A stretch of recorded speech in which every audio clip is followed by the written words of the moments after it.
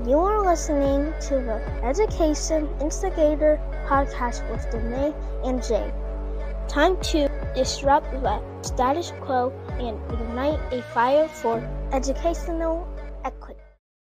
Welcome back to another podcast with Danae and I. We are the Education Instigators, and it's been a while. It's been a long summer, getting things done, getting prepared for the school year. You can see Danae's been cleaning up. She got her Mr. Clean look going on. I ain't cleaning nothing. Shut up.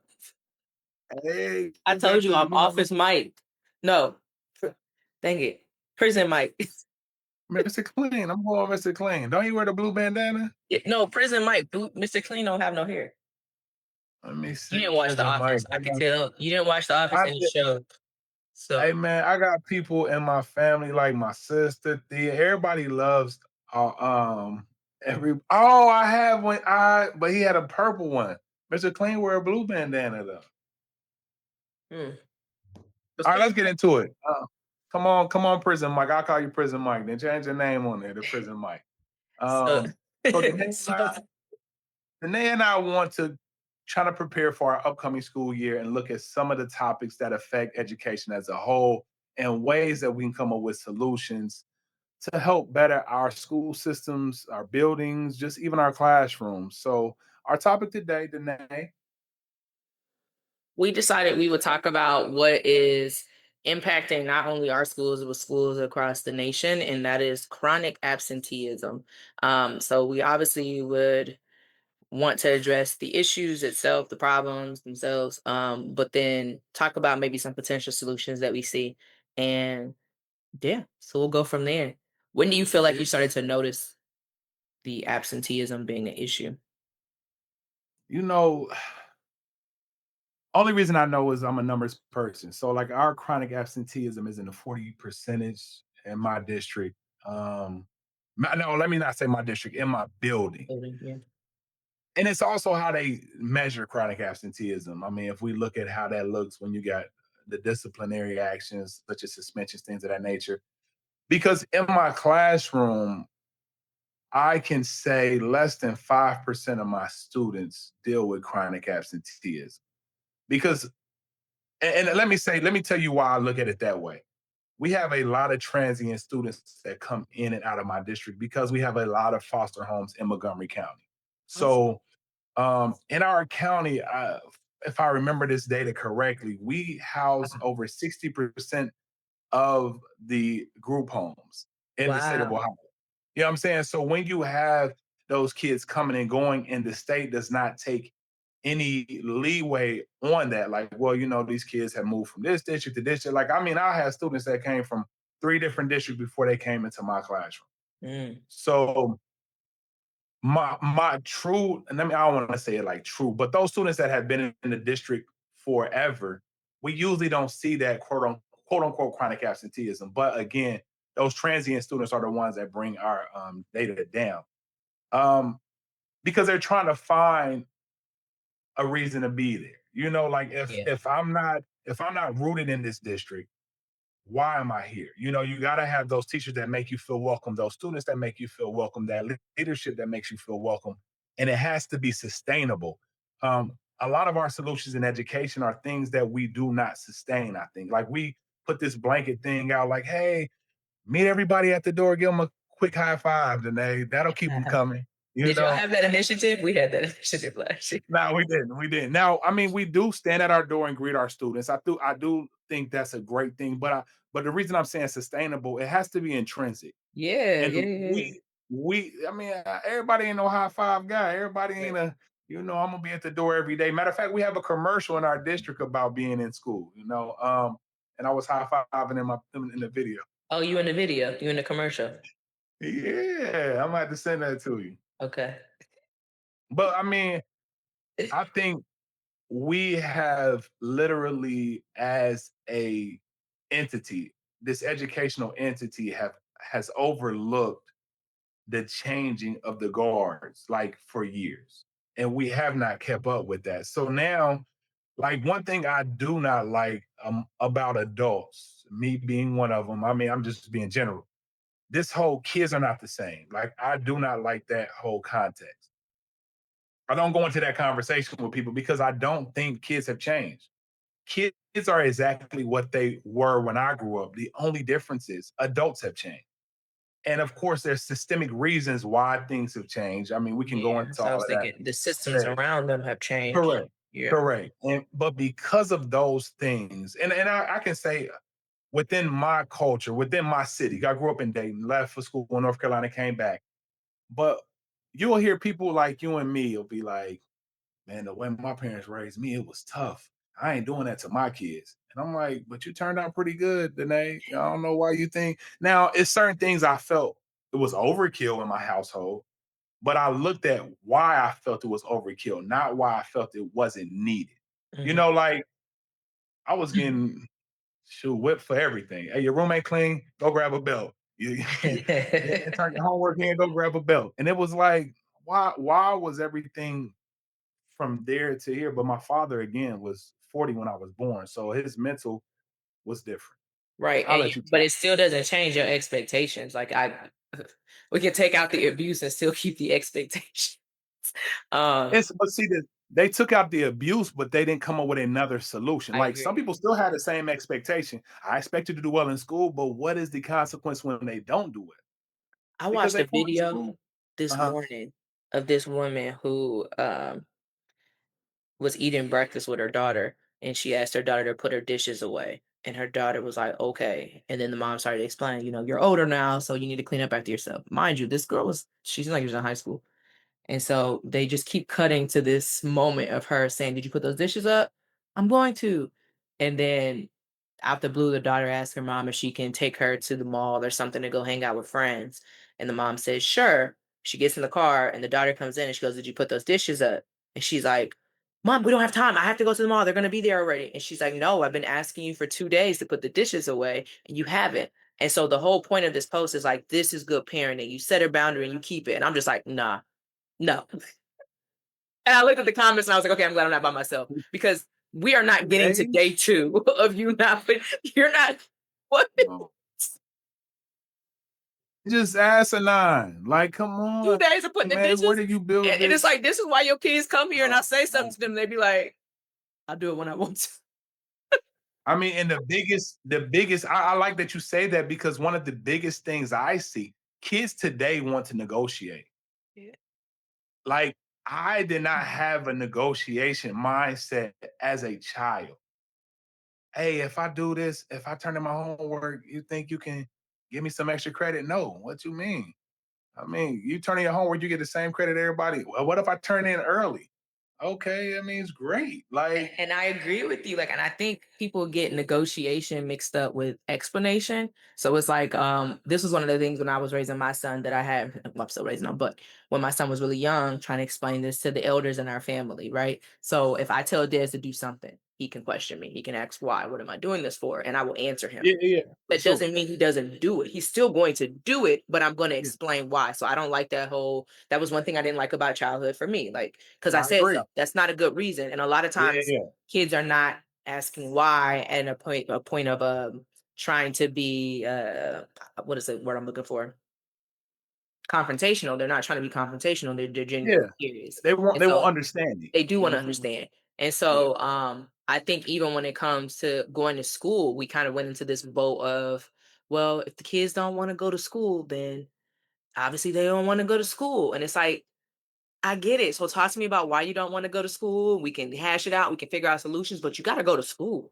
And like we yeah, just kind of gone into this whole boat of, well, if they don't feel like they're safe at school, then they shouldn't be there. No, you should be figuring out why your kid doesn't feel safe at school because school is a place where they should feel safe. So if you don't feel like your kid feels safe there, then that's what you need to be addressing, not just yeah, allowing your kid to roll over and not go. I mean, yeah. there's still one great indicator of success and progress in this country, and it is school, education. Now, Yeah. y'all can say what y'all want. Y'all can let people convince you that education is not the key. It still is. Like the numbers, this is the number guy. I don't have numbers for real, but I know the numbers are still Numbers don't lie. I statistics, mean, come right? on. I mean, it's been working since Horace Mann, ain't it? That's a little education nerdy joke right there. Very Uh, educational nerdy. but one thing I like that you're going into is what I think we as adults, because how our kids behave today is because adults have change their thought process. And we don't want kids to be, my keyword is uncomfortable. Like, uh, he don't want to go to school. He just, listen, guess what, man? This world is uncomfortable. Like, I had days where I'm like, I gotta walk in that room with people I don't know. I'm uncomfortable. But because I was put in those situations early in life, guess what? It's just another day for me. I You mean, but know, Jack, and think about it. If you in your house, the temperature is perfect. You sit on the couch is perfect. You don't even gotta move to go to the bathroom. It's set up where you can just go right there. You don't gotta get up to get food. It all comes to you. You will never move. You will never progress. You will never figure out what else is out there. The more that mhm, we don't feel like we need to be challenged to be in moments of discomfort, to feel like I need to get up and wash my butt because I don't smell good. Like, you know what I mean? Like these moments help us to move forward. yeah, And we've kind of gotten into this concept as a people. And I think we talked about this before, but just as humanity, especially in a nation that is progressive, right? That we should not have to work hard, that we should not have to feel like things are a struggle. And it's like yeah, we don't understand how we work. Like we actually feel the most joy when we have work to earn something, right? And so mhm. your kid not feeling comfortable, I mean, I know that there are definitely kids who don't feel comfortable at school. And again, I want to reiterate that No, has no to doubt, be no doubt. addressed. I do want to admit, like, that has to be addressed. I think that's a big part of why parents don't feel like school is that important because they did not have experiences in school that were comfortable, right? And so I do want to address that, but I think that that is something that we fix. We don't just place it, just ignore, right? But your kid is comfortable laying in the bed. Do you understand that they will always be comfortable laying in the bed? Do you want that kid laying in that bed forever? Because they will. They won't work. They won't keep a job. They will stay in that bed. Like you got to get out of that comfortable bed and be so uncomfortable. Go get dressed, brush your teeth, wipe your butt, go to school. Like Yeah, that's that's just it's how we life. move forward. And what you're saying is while we're starting to have this huge gap of our middle class like shrinking, right? Because when I grew up, the adults that pushed me were the adults that had just made it, right? Like we came from a succession of, man, my ancestors did this, and then your granddaddy was this, and your grandmama was that. So my father would always tell me, your grandma, Mama Jenny, had a fourth grade education. Your granddaddy had a sixth grade education. My dad got a PhD. My mom from Tennessee, only person with a college degree, period. So those people continued to push. And then our generation, which was pushed by our previous generation, got comfortable where we're like, we don't need to keep telling our kids this same thing. So there lies this absenteeism where now, because we want our kids to feel good about everything, you don't like that teacher? Oh man, I'm gonna get you up out of that class. Why didn't you like the teacher? He gave too much homework. Her expectations too high. Parents don't push back anymore. So now, instead of addressing those things that make us uncomfortable, we have kids that skip school. Like we skip school, and I never skipped. I'm gonna just be honest. I was probably one of the nerds. I never skipped school. I thought it was I don't know corny. why you say To probably you was. Nah, let's not. You see me. I was in the cool crowd. I see Now, you now. I also seen them pictures, so you were hold not. on, hold Don't on. let But that lie to y'all. Google it. yeah, whatever, Danae. Um, So you never skip school. I'm sorry. Never skip school. Never skip school because I didn't see the logic. If I'm going to leave like I'm going to school, I'm like, why do I ask my students, I say, why do y'all skip school to be in the building? Like, like the kids that I know that skip school when I was growing up was like still at home, maybe down to somebody's house smoking or whatever. These kids are in the bathrooms, like hiding out. It's a totally different generation. Parents ask your kids, like, are y'all hanging on that bathroom all day? Because I have kids that period after period, we can find them like, oh, they're probably in Oh no, East my Wing kids do all the time, and I'm just like, ew, you just sat in a bathroom with feces Yeah. everywhere. You old boo boo covered person. Why would you do that? That's And they nasty. sit in stalls, like 6 of them, Yeah, just they just be talking. sitting in the stall all together every Yeah, now and then, yeah. smoking a vape or something. But So again, that attributes to absenteeism, like all Yeah. of these things. But one And thing I that's think even a we have, trickier one to monitor because they technically for attendance they're there, but they're not in the classroom. And I correct, would say true. that's definitely one of the big ones that we experience at our school too. Got you. See, I mean, so these things happen whether you're in an urban district, suburban district, I mean, rural. I mean, I think these things happen. It's just different degrees. Like I had somebody I worked with where one of the issues they had was kids drinking and driving.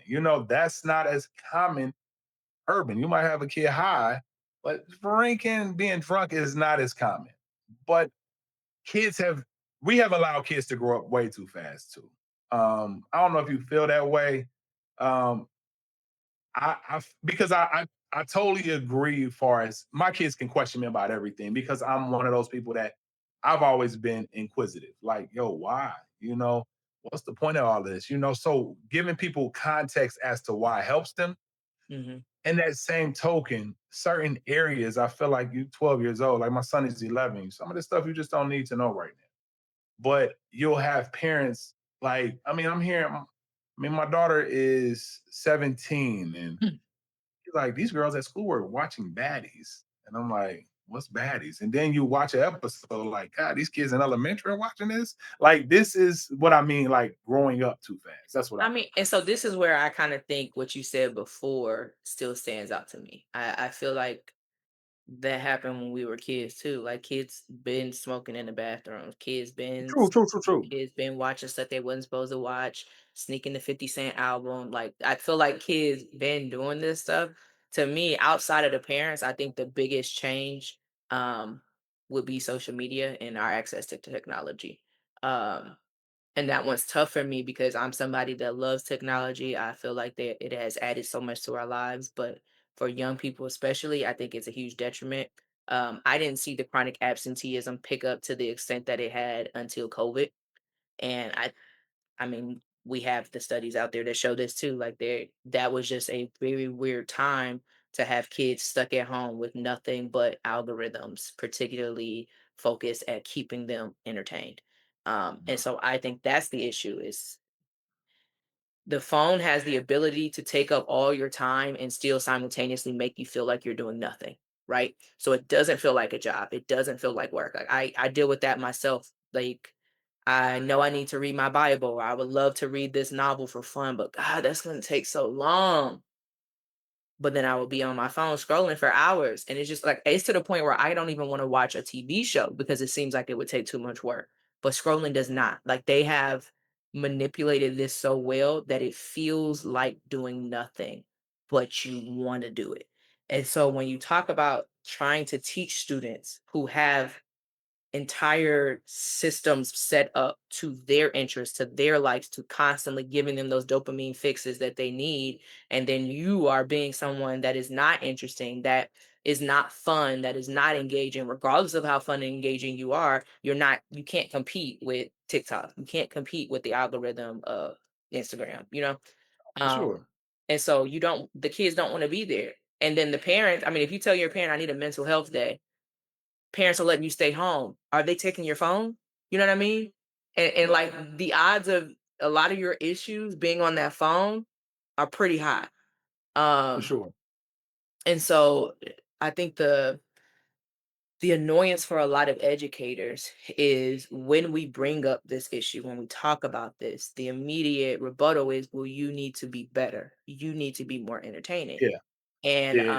again, it goes back to what you said. That's not sustainable. It is not sustainable for me to jump on my desk all day. It is not sustainable for me to Yeah. wear 50 costumes all day. And like truthfully, it doesn't work because if you are in science and you're working on a lab, I can't be wearing a lobster claw suit right now. I'm sorry. It's just Can't not do it. safe. I can't. You No, have to be focused. You have to be paying attention. If I'm trying to get students to build stamina with reading, it doesn't matter the number of voices, funny voices that I do. At some point, they need to be able to read for themselves too. And I'm not the voice in their head. They have to be able to be bored. And that's something I've told my kids a lot. Like, and when I say bored, it just means doing something that is not the peak of entertainment. Like, again, reading a book is not boring.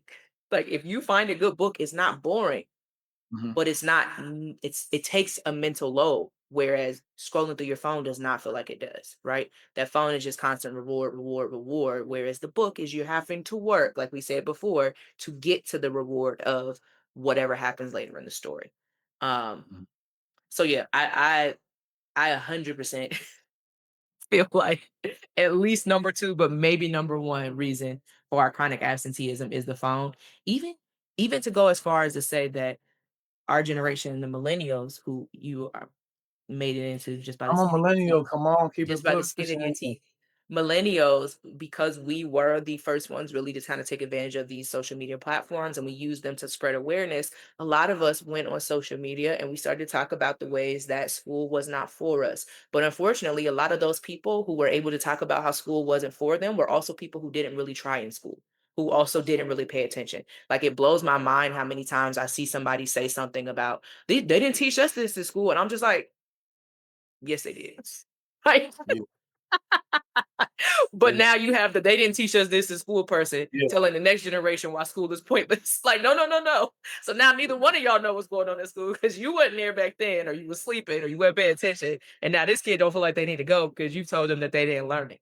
But like even the whole they didn't teach us how to balance checkbook, how to like I I don't know about you, Jay. I did have I mean, I definitely listen. I'm gonna keep it real. We had bank coming to my elementary school with a little bank book and going through yeah, stuff. it's like So we did do that. They taught us how to sew. They taught us how to cook. Like, if anything, this generation could complain because y'all don't know how to do woodwork. Like, we did all this stuff. They taught us a yeah, lot in school. yeah, yeah, I believe that some of y'all just wasn't paying attention. yeah. I And, and, agree. and unfortunately, though, because a lot of what I feel is positive about social media is the way that it brings awareness to certain conversations that aren't being had. One of those big conversations was like school hurt, education hurt. And that does exist. There are absolutely a lot of people who have traumatic stories, myself included. Probably, I'm sure you as well, that have these traumatic experiences. And we know that at the end of the day, sadness sells, trauma bonding, whatever we want to call it now, whenever we change it. That's peak because you are there's no shortage of people who are talking about how amazing their teacher was and how an educator changed their life and how going to Oh, school for sure. kept them off of this. But we are really only focusing on these negative stories. Like even in my own negative stories, I have way more positive ones, like way Oh, more. most definitely. So, Yeah. that's just the way that we work, and the more people talking, the more people sharing stories that you see on social media, the more you get this negative outlook. And then you have the fear of going to school in general because of legislation that allows schools to not be safe places and don't seem to prioritize that. And can you fault a parent for maybe not thinking school as it is as important when we see that people don't treat schools as important? You know what I mean? I mean, that right there is where I struggle because I feel in this world, everything is put on educators. The whole Mhm. system is like supposed to be the people that raise your kids. Like, well, my kids don't.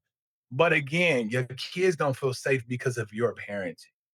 Like, again, so what you just said, let me tell you what you Hey, just said. parents, if anything, Jay gonna come back with you with smoke, no matter what. I'm just letting y'all know. Hey, Hold your caps on, because this man. you hear me? But no, let me explain what I mean. So you said something very true. When we grew up, we watched these things, we saw things, but a lot of us had to sneak to do them, right? Because our parents was like, "You're not doing this," you know. So the difference between growing up in our era was sneaking to do it was like that dopamine. I snuck and watched Boys in the Hood. You know what I'm saying? Versus now, because our parents knew that it affected our brains. So that like our parents was not scientists or any of that doctors, but they was like, something ain't right about this movie. I don't think my kids should just sit around watching movies where people are getting killed and things of that nature. So we had to sneak for these things. We had to sneak and get uh, 12 CDs for a penny. You know what I'm saying? And get the That Snoop also Dogg up Doggy the Style this is out. not right thing too, though. Like if you're sneaking to do something, then morally you Oh, just for sure, for correct. sure. Yeah. Great. That's a great point. So when we as parents give our kids these cell phones, these social media outlets so early, knowing their brain is not truly ready to do it, because I will say this, my kids aren't allowed to do it. Now, do they have it? Probably. Like my son was sneaking and doing social media when he was in high school. Now, I allowed him to get Twitter at the time because he did play football and had the coaches were contacting him. Mm-hmm. But like my daughter, who is currently 17, because I've read The Anxious Generation. I watched the people who are running social media saying, I won't allow my kids to do it. So I'm like, you guys have put this out into the construct, and you're saying, I don't want my kids to do it. Why should my kids do it? Like, it's like somebody cooking food and they're like, I don't let my kids eat it. You're like, well, shoot, what am I eating this for? Mm-hmm. So our parents, though they may not have understood why they may have stopped us from doing certain things, no, you're not going to be going over so and so's house tonight. Those parents seem a little iffy. I don't know about them. These parents of today are very more lenient. Like, well, they're going to be upset because all their friends have a cell phone and they don't get one. Where he's 6 years old, he don't need a cell phone. And you know what I would even add to that, Jay, is like these parents today, I see a lot like they're just like, I'm not letting my kid do this. My kid's not allowed to go here. My kid's not spending out of your house. And it's a safety thing, right? They don't let their kids go out to the parks by themselves. They're not out Yeah. riding bikes on their own by themselves. And this is general. Like I know that this happens in some places. Yeah, But with yeah. all of that, this was a funny meme that I saw, but it was actually pretty true. With all of that, that means your kids are just cooped up around you all the time. And don't nobody want that. And so what Yeah. do? You give them a screen. Yeah. And so it's like our So and that's the rub. Like you giving a great point because like my kids do all of that. They're very active. Shoot, I think this is still the 90s. I'm like, look, I rode the bike, I drove around. My parents put enough trust in me to make sure that I was safe. Like again, we have been ruined by social media as well because there's so much activity, like you stated prior, that we see these kidnappings and we see these things going on, and we're like, oh my God, Yeah, guess what? This was we happening think when the we was world growing is up so too. much more unsafe, Like, and it's not. correct. I mean, like those Atlanta murders was happening right when I was growing up, and guess what? My parents had no clue, or maybe they knew, and I was still going around the corner, walking around. Maybe they was like, hey, Our parents always say, if they take you, like, they now gonna bring let me you say right it. back. Hey, I was about to say those exact things. What if I would tell my mom, what if I get kidnapped? Shoot, they're gonna bring you right back over here. Like, dang. Like I had those kind of parents too. Hey, I'm running away, mama. Well, let me help you pack your bags. These are the type of parents I grew up around. And again, Our I kids would saw never run that away both my today parents. because they're like, you don't have Wi-Fi on the street. Come on, like, hold on, this is No, crazy. I What do you take mean? again. I'm being general and I'm trying to be funny. I'm sorry, there. Yeah, we're being You still facetious, run away, everyone. This, like this yes. is the tongue in cheek right here. Kids are doing it. But again, I think the more that we have seen these things happening, we start to put them into our own world. Like, oh Yeah. my God, I don't want this to, because I try not to govern my kids through fear. That was one thing I try to make sure, okay, look, these are things that I was allowed to do. And I made good decisions. I grew up very independent. I think my kids should be allowed to. Now, of course, I'm not gonna let my 4-year-old run around the streets. But my son is 11. If he say, "Hey, Dad, can I play outside?" Guess what? He has an Apple Watch. I mean, he doesn't have a phone. He has an Apple Watch. He had a Gizmo at first, but we got ways to keep up with our kids better than. Listen, back then, ain't no way they had to scream out the door, "Justin, where you at?" And hopefully, I have them around where they can hear it. Oh, I was nowhere. Now, I was not hearing my parents scream. I was way too. We was out. but that's what I'm saying. You Like, had to be I back didn't before the hear my. lights. The street lights came on. That was the rule. So my mom would be like, I called you guys and told you dinner was ready. Like, man, I was all the way at so and so's house, So I already I ate. I try made to, mud pies. and we're taking, and like you just, the good point is what you just said is the truest thing, because kids have had a screen from day one. And there's nothing wrong with teaching kids how to manipulate screens and understand how to utilize them. But once you start letting them go, like when I see kids at 5, 6, 7 years old with TikTok, are watching TikTok videos all day, it's like, what do you think this is doing to your kid's brain? And those are always the things I'm like, why don't we do studies on those type of things? And I'm sure there's probably one out. So that will create that that need to not go to school because once you said earlier, I'm bored at school. Yeah, because we can't compete with social media. There's nothing I can do. I had a teacher tell me this. This is about my first year in Trotwood. This teacher, like, I mean, they was complaining about the kids not wanting to go to it. It's an English teacher, great English teacher, complaining about the kids writing and this, that, and the third. She's like, I can walk in this class with the notes written on my naked body and the kids won't write them down. Like, or not might not even look up from their phone. Like, this is what a teacher said. Like, oh, okay, da da da da. So we have some kids that are so addicted to phones. Like you said, we do it as well. But the difference between us and them is we weren't raised by this. Yeah. So we can put it down and be okay. Mhm. They put it down and get to fidgeting, knees get to moving, the anxiety. Like I said, that book, Anxious Generation, is an amazing book where it Oh, yeah. explains why anxiety has increased so much in our youth. I see it in my own son. I am absolutely guilty. He's the only child, and I'm just like, listen, I can't. He don't want to play sports. I can't entertain you all day. So I sure enough did give him that screen, and I think I told him today. Let's see if he is. Dezmond, you reading a book? I told him. I said, But so, turn YouTube off and read a book. so Like what you do is you don't want to play sports. Here's a violin. Here's a, like, yeah. because Colin is similar. He's a very strong STEM-minded How you say kid. that word? Say that word again. What did I say? You said Colin is. I don't remember. I just be talking. It means like Similar. I think that's what that Similar. means. What I say? Similar. Similar. So we talking about we going into people's articulation now. This is where we are now today. That This just is sounded crazy. Colin is singular. I don't say I said, words right all the time. It was just you was rocking, you was flowing. I'm sorry, and I listen, meant to when I cut was you off. doing good, you cut You me were off. But I said I'm he's sorry. similar. Like And you he's give one of Colin those things to kids. do. Yeah, I mean, yeah, I 100% agree. He's seeming to be into animation and like making his own animations. They're on the screen, but I still prefer that over the other stuff. Yeah, Uh, yeah. so I've definitely been encouraging him to do that. You got But him that 3D printer, girl. Get him on that. Get him that he things.com. listen, you see, I get all the things. He said he want to be a YouTuber. I said, cool. Whatever you want to do, I am supporting it. I got you the green screen. I got you the camera. That green screen ain't never seen the light of day. And it's just like, it's me. I'm the problem. I get it. Jay talks about the parents. It's me. Yeah, listen, My son because you listen. gotta He does follow directions. He don't be out here but acting. if he says this is what I want to do, you're gonna do it and show me that why you don't want to do it anymore. Like I ain't buying like when Colin said I want that 3D printer and I bought it, I said, you're gonna use this 3D printer. I ain't waste my money. I ain't rich like the next. I ain't, what I'm saying? You definitely richer than me.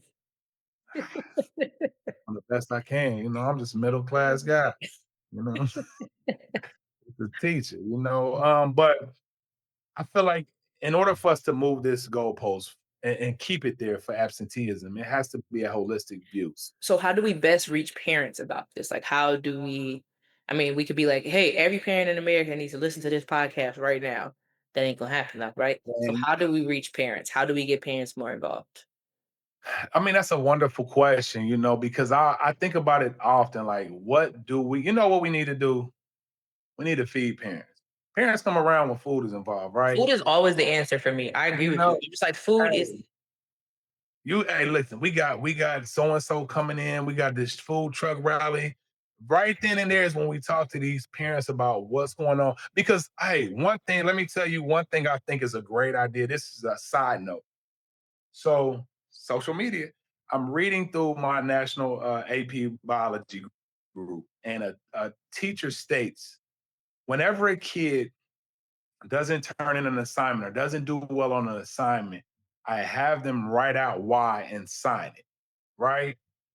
Um, and she say, I just say, put it in the folder. So when parents come and they explain to the teacher why their kid isn't doing well, they pull out all of the things that this student has written down and signed as to why they're not doing well and allows that parent to read it.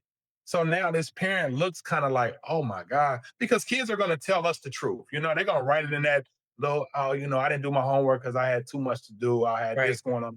But then they go home, the class is just so hard. Miss Pinkney's class, Miss P, I Mhm. don't know what the heck's going on. We Now, never have homework. This just gives a test. yeah, yeah. Yeah. So, and guess the sad thing is our parents believe that, and that's why I said you bring some food in and let them have conversations with these teachers. Now, teachers may not all be the solution, right? We not all possibly, we may be a problem as well. Like I'm not gonna say there's some classes kids don't want to go to. I do believe that. There are Yeah. some teachers that can't control what's going on in their classroom. However, our parents have to first advocate for their kids so their kids learn how to advocate for themselves. Yeah. Until we build that into them and have these conversations. Listen, we can do a little food truck rally. You tell me what we're gonna put it together, have a little parent seminar. We need to talk to these parents though because I I think agree. parents are in such disbelief as to what's going on in these Mhm. classrooms. And it's getting old to say, I've taught over thousands of students. You've taught well over thousands of students. And you're going to always have parents that feel like you're the problem. Yeah. And it's like, well, I can go to a lot of my kids that'll be like, you know what, Mr. Stone, it wasn't him, it was me. Because they get older, they mature, whatever the case may be. Those kids are keeping it real, but because they know their parents are those that believe everything that kid says, right? Yeah. I think that's where my struggle is with Mhm. parents. So I think to get the first solution is let's bring them in. We have to have a conversation with parents, and we as educators have to stop being defensive too. Like we have to hear out what parents said and realize, yeah, they're gonna make excuses. Parents, I mean, listen, you're a parent, I'm a parent. There are some excuses we've made in our previous years of raising our child that eventually we realize, no, I have to be accountable. This is my fault. And we got to give parents that same grace to do that. Like, hey, eventually they're gonna have to realize, like, you know what, this is something that I did wrong. I don't know. No, That's my I personal 100% opinion. I agree. feed them. I think that is the biggest I think that community building is the key to a lot of the issues that we have right now in this society. We have become so individualized. And even when I talk about social media, that is still a singular experience. The most interactive you get with social media is liking something. There's no emotion there, there's no vulnerability there, there's not really truly authenticity, right? When you talk about community, though, this is where that face to face interaction happens. This is where you have to be authentic. This is where you come up with solutions. This is where you hear from other people. And I think that that might be the trick to save schools, because people are constantly saying, what are you going to do when teachers are no longer needed? And it's like, a robot can't be your human. And at the end of the day, especially if things continue to go the way that they're going, things are going to get tougher. We need each other. We have to lean on each other, and bringing parents in, that helps to alleviate some of those issues of mistrust that they might have towards school systems. That helps them to feel like they are also a part of their child's education and not just someone that's obligated to send them somewhere, right? It makes kids feel like, well, if my mom is a part of the family, then I'm a part of the family. You know what I mean? I think that community piece is so important. And I listen, food is always step one to me. I'm not saying you got to feed parents every time, but I feel like to get them in, to get Yeah, that buy-in, give them the tool. it definitely Yeah, involves food. So like, yes, a food, little taco bar going. You know what I'm saying? but just moments where you can be real, like just, I mean, even if it's something more chill, something more low key, even if it's something just for the parents, there are these like date nights that I think my son's school did years ago, that they set it up where the parents could have like a date night and the kids would stay at the school and be babysat or something like that. And I just thought, like, that's a really cool way to say that I see you as a Yeah, parent. Like, I see yeah, you yeah. as a human being and times are tough. Here is a way for me to support you as a parent, right? So just, I mean, little things like that would absolutely be a big step. um, but then there's something that has been tested out, I want to say in Michigan, but I could be wrong. But it's a program where somebody's actual job as a part of the administrative team, or even if they're contracted in, they're like truancy officers, but not truancy officers in like a negative connotation. Like their job is to go out and build relationships with families. So Gotcha. when you are having students who are experiencing this chronic absenteeism, or you see these warnings that something is going on, that person's job is to be a liaison essentially between the schools and the community to help figure out what is the root of the issue, right? Because you and I just talked about a whole bunch of different reasons that potentially may lead to why kids aren't coming to school, why parents aren't sending them to school. And we definitely haven't hit them all. And so having someone whose dedicated job is that would be fantastic. I worked at a charter school where we did things like that, but we had a reduced workload. It was actually built into the part of our time. And so I could go out to individual families' houses and speak with them. But we can't expect teachers with 8 classes, 30 students in each class, 3 different preps. Like, we can't be the person that's like, well, you need to call all your parents of the kids that are doing this. You need to call all your parents. And it's like, don't put another Great. thing on our plate, because Thank now you're gonna have not kids not being in the building, and teachers not gonna be in the building. But as much as these school districts love to be top heavy, that would be a great way for you to add in somebody at the top that is like solely focusing on that community element. you. Yeah. Yeah, we gotta uh, once you bring them in and have just that fun, I think that's when you can bring in uncomfortable. Once you kind of take down those barriers and those guards in education, like right on August 2nd, my district has a back to school bash every year. Well, this it's August 2nd. It's not every year, August 2nd. But we have a back to school bash every year. It's always be August 2nd. I'm gonna be in the dunk tank this year. Mhm. Um, The water deep it's all enough? You're pretty tall. it ain't deep enough, thank God. Yeah, you know how to swim? Of course. Come on, Okay. don't go with those stereotypes. Don't I do just it. was making sure because I was gonna go into my whole Black History lesson, but I forgot you've done it with me, so you Hey, know. All right, go ahead. yeah, don't do that now. But I think that bringing them in and just making them feel welcome, because I we all know it's a struggle. Because I mean, you and I work and we have kids in school. I mean, so it's not like we're not able to see what's going on. I try to honestly, the struggle is trying to look through other people's lenses, because one thing that happens in education, you get people that say, well, this ain't what's going on with my kids, or this doesn't have, it doesn't matter. You have to be able to look at everyone's circumstances and be willing to listen. Yeah. Not saying everybody is right, like, I mean, once you're able to listen to them and hear their qualms and complaints, it's much easier for you to say, you know what, some of these things are valid. Hmm. You so I think we got to open up these conversations with parents, like you said, bridge that community, and also we have to find leadership that is invested. That I think that until we're invested as a whole, because again, I think in education, everything is a trickle down to teachers. Like, no matter what, you've never heard the complaint, well, the leadership in that building is terrible. The teachers are bad. The teachers do this. Teachers do. It's not like, well, maybe the board of education is bad. Yeah. Maybe it's a bad superintendent.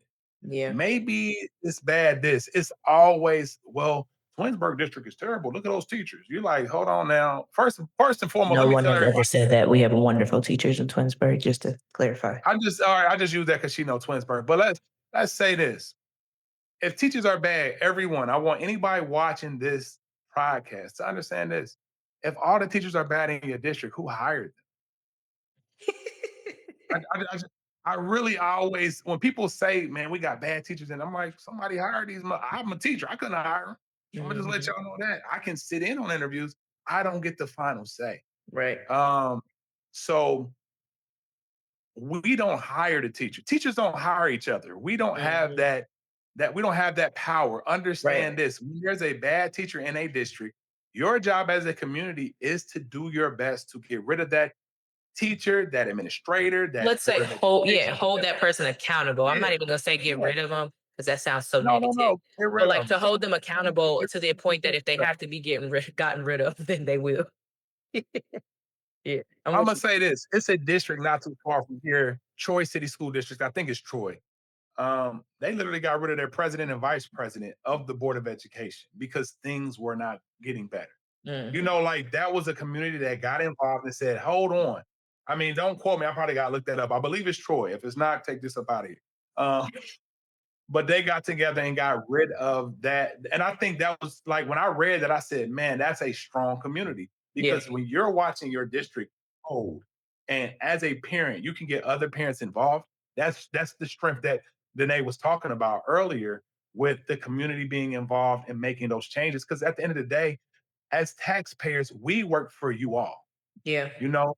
But you Um, can't only feel like you're concerned when it comes to the taxes, right? Because there's so many other pieces that play into it. And I do feel like a lot of times you don't hear people starting to get involved with the school districts until it's like our property taxes are going up or are they going down or you're asking us to yeah. pay more for and it's like, but I need you to also be just as concerned with the absenteeism, the issues with any in school truancy, like any safety issues, the academic scores, like all of that stuff should be just as tantamount to you as your money because at the end of the day, that all plays into the money piece.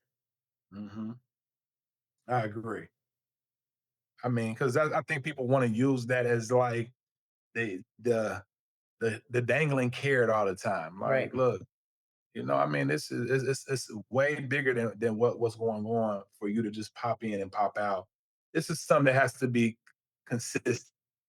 You have to want to see the change. So, yeah, I mean, I really like this conversation. I think with this whole absenteeism conversation, I think those solutions that we've come up with is across the board. Like it can help solve a lot of our issues in education if we strengthen our communities. Good job, Danae. That was very profound, Mr. Clean. I mean, Prison Prison Mike. Mike. I just said it. All right, Jay. I was looking This for was a it. great conversation. What you trying to do? No, we're not doing this whole you look stuff up. When you look stuff up online, it takes 27 minutes. Go ahead, give us the I tag so want we to can say make. adios. It's All right, everyone. It's been great. Thanks for giving us a little bit of your time. Education Instigators out. Peace.